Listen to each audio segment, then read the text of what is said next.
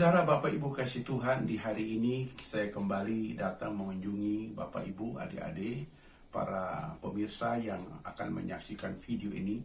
Tema hari ini tema yang sangat menarik dan sangat terkenal, yaitu hidup yang diberkati oleh Tuhan.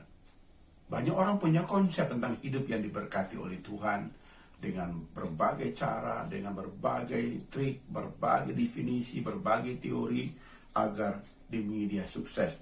Tetapi saya ingin mengajak kita semua, apa kata Alkitab agar hidup kita menjadi orang yang diberkati oleh Tuhan. Sebelumnya, mari kita berdoa. Bapa, dalam nama Yesus kami berdoa, biar Roh Kudus menjamah semua yang mendengarkan berita firman Tuhan di kesempatan ini. Di dalam nama Tuhan Yesus, amin. Saya baca firman Tuhan di dalam Matius 6 ayat 33. Tetapi carilah dahulu kerajaan Allah dan kebenarannya, maka semua itu akan ditambahkannya kepadamu. Nah, dari ayat ini kita pelajari, ini ayat yang sangat terkenal. Ini adalah ajaran Yesus di Bukit Bahagia, dan temanya di sini tentang kekhawatiran. Bagaimana mengatasi kekhawatiran dan bagaimana hidup itu dalam kelimpahan kemenangan yang besar. Intinya adalah cari dahulu kerajaan Allah dan kebenarannya, maka semua akan ditambahkan.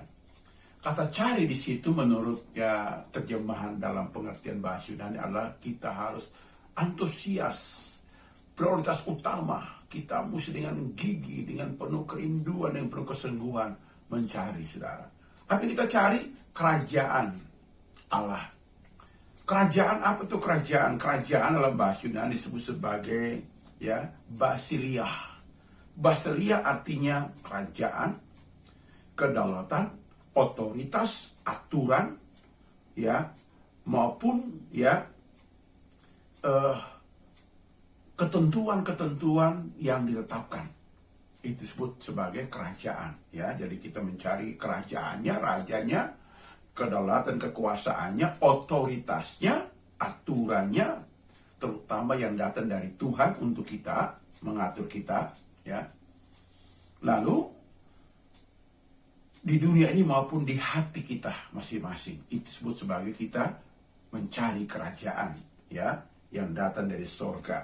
Nah, yang kedua, apa pengertian dari kata surga? Surga dalam bahasa Yunani sebagai oranos. Oranos itu artinya pengertian pertama sebagai langit, langit terlihat, langit atmosfer, langit di atas bintang. Pengertian yang kedua adalah surga rohani. Itu disebut sebagai surga rohani atau langit di atas, saudara. Nah, ini di atas ketinggian dan kemuliaan, itu disebut sebagai langit di atas. Nah, dari kedua kata ini, kerajaan Allah, maka otoritas kerajaan surga itu apa yang perlu kita cari? Kita akan lihat beberapa hal di sini. Yang pertama yang kita cari adalah kita mesti pertama sadar akan dosa kita. Kita harus mengambil keputusan untuk bertobat, meninggalkan semua dosa kejahatan kita. Itu pertama.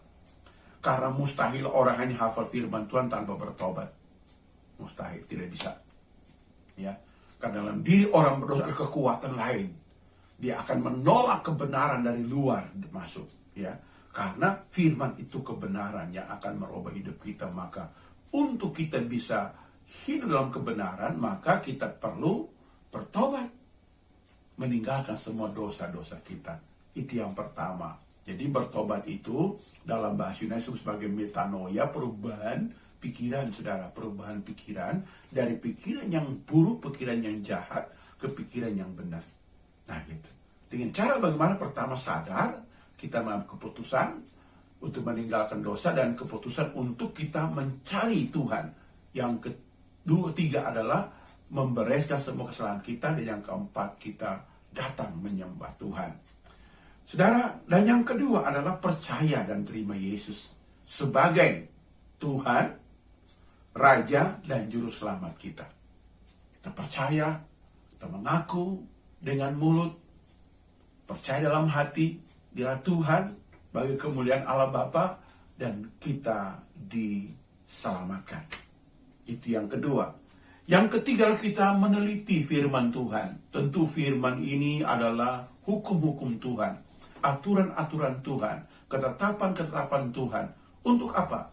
Untuk menuntun manusia dari kebenaran kepada kebenaran, dari kemuliaan kepada kemuliaan, dari kasih karunia demi kasih karunia.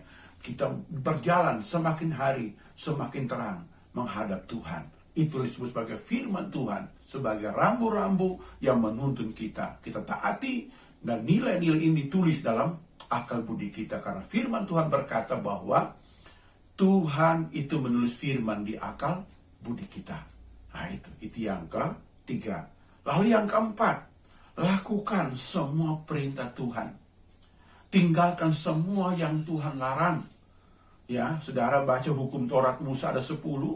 Dari menyembah berhala sampai jangan ingin barang orang. Ya, kita nggak boleh menyembah berhala. Kita nggak boleh menyebut nama Tuhan yang sia-sia. Kita mesti ingat beribadah kepada Tuhan.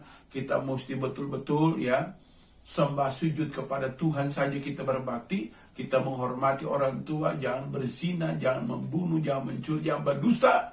Dan jangan ingin harta orang. Itu hukum dasar ditulis oleh Musa dalam Keluaran pasal 20. Nah gitu ya. Jadi kita betul-betul melakukan perintah Tuhan. Lalu kita masuk dalam era perjanjian baru. Yesus menawarkan kasih karunia.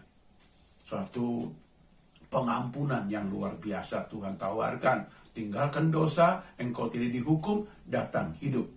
Tuhan ciptakan kita menjadi baru. Lalu yang kelima, kita bekerja sesuai dengan aturan firman Tuhan. Kita nggak boleh kerja namanya munafik, berdusta, dan sebagainya. Kita betul-betul bekerja untuk kemuliaan Tuhan dan orang lain juga diuntungkan. Dan yang keenam adalah kita bersyukur kepada Dia. Dan jangan lupa kita berbagi rezeki kepada orang-orang yang berhak menerimanya. Disitulah kita akan hidup dalam kelimpahan. Demikian firman Tuhan untuk kita di hari ini. Mari kita berdoa. Bapa, dalam nama Yesus, saya berdoa semua yang mendengarkan firman Tuhan ini. Jamah hati kami semua. Sembuhkan sakit penyakit. Bebaskan kami yang terikat. Di dalam nama Yesus. Haleluya. Amin.